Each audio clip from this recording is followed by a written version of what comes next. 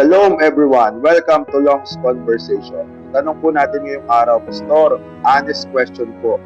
Kung mabuti ang Diyos, bakit may sakit, trahedya at paghihirap? Alam mo, hindi ka nag-iisa sa tanong na yan. Kahit si Job sa Bible, Lord, bakit naman ganito? Kaya basahin mo ang story ng Book of Job. Minsan, feeling natin pag may problema, automatic, wala na si Lord. Iniwan at pinabayaan na siguro ako ng Diyos. Alam mo kapatid, parang wifi lang yan. Pag mahina ang signal, akala mo disconnected ka na agad. Pero hindi porket may buffering, wala ng internet. Kaya una, hindi ginawa ng Diyos ang mundo na may sakit at trahedya.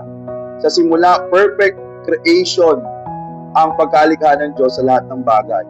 Pero nang pumasok ang kasalanan sa pamamagitan ng pagtukso ng ahas kay Adam at Eva sa Genesis chapter 3, pumasok din ang pagkasira. Kasama na ang sakit, kamatayan at paghihirap. Hindi ito disenyo ng Diyos. Ito ang resulta ng rebellion ng tao.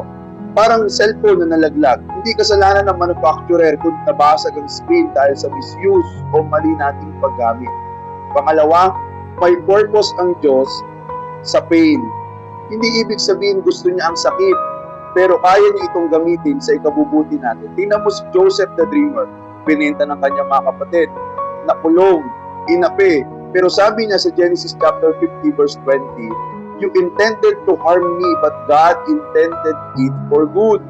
Grabe, di ba? Yung trauma niya naging testimony. Yung pit niya naging balas. Minsan, ang setback natin, set up pala ni Lord sa buhay natin. Pangatlo, hindi nanonood lang ang Diyos sa langit. Pumasok siya sa sakit ng mundo through Jesus Christ.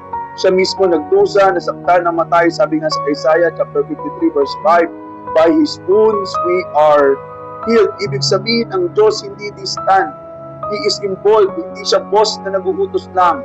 Siya yung Ama na sumasama sa mamibigat na parte ng buhay natin. At balang araw, may promise ang Panginoon sa atin. Sa Revelation chapter 21 verse 4, sabi doon, He will wipe every tear, and there will be no more death or pain. So the story is not over. Hindi pa ito ang final chapter ng buhay natin. Kaya kung mabuti ang Diyos, bakit may sakit? Kasi dahil may kasalanan ng mundo. Pero dahil mabuti ang Diyos, may pag-asa sa gitna ng sakit, trahedya at kahirapan. Ang tanong, hindi lang bakit may suffering. Ang mas malaking tanong, kapatid, saan ka kakapit sa gitna ng suffering? At good news, may Diyos na hindi lang mabuti, kundi lubos na nagmamahal sa iyo. Siya na ang umako ng suffering na dapat mararanasan natin sa impyerno. Pero simple na lang ang ating dapat gawin. Tanggapin yung sakripisyo na ginawa ng Panginoong Hesus para sa atin. Ang sakit, trahedya at kahirapan ay consequences ng ating mga kasalanan. Pero pinili pa rin tayong iligtas at mahalin ng Diyos sa pamamagitan ng ginawa ni Hesus sa krus ng Kalbaryo. God bless everyone.